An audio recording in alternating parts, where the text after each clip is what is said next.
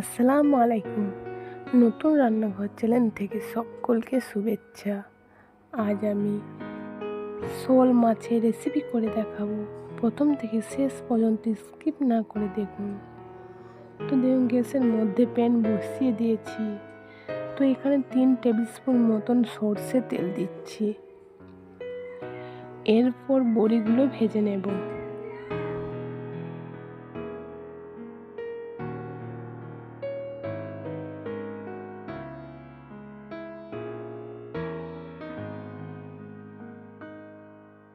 তো দেখুন, ভাজা হয়ে গেছে,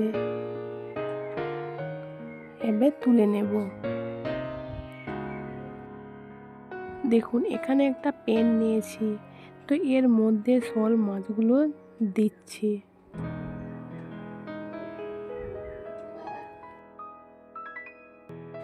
এর মধ্যে 2 টেবিল স্পুন মতন পেঁয়াজ বাটা দিচ্ছি,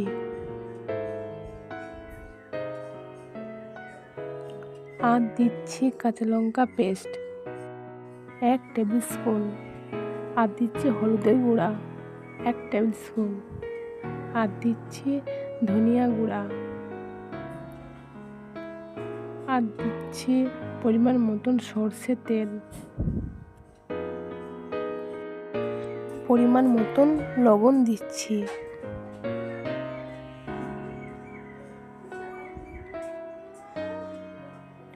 এরপর দিচ্ছি ধনিয়া পাতা।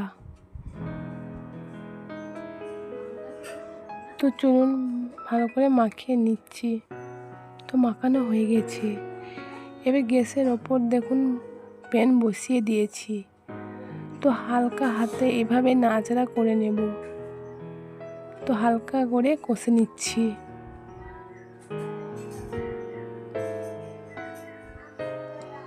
তো চলুন, কষা হয়ে গেছে। এবার 2 কাপ পরিমাণ মতন জল দিচ্ছি।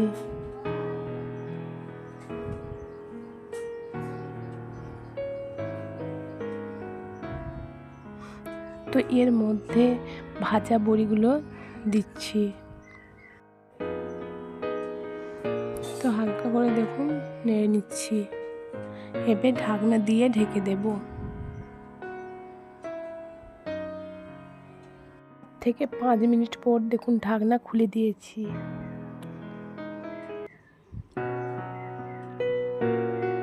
তো দেখুন হালকা করে একবার নেড়ে নিচ্ছি। তো এরপর টমেটো কুচিগুলো দিচ্ছি।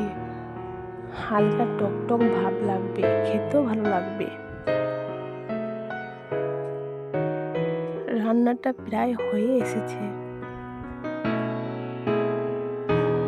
গোটা কাঁচা লঙ্কা হালকা চিড়ে দিয়েছি। তো এবার রান্নাটা কমপ্লিট হয়ে গেছে। তো গ্যাস অফ করে দিচ্ছি।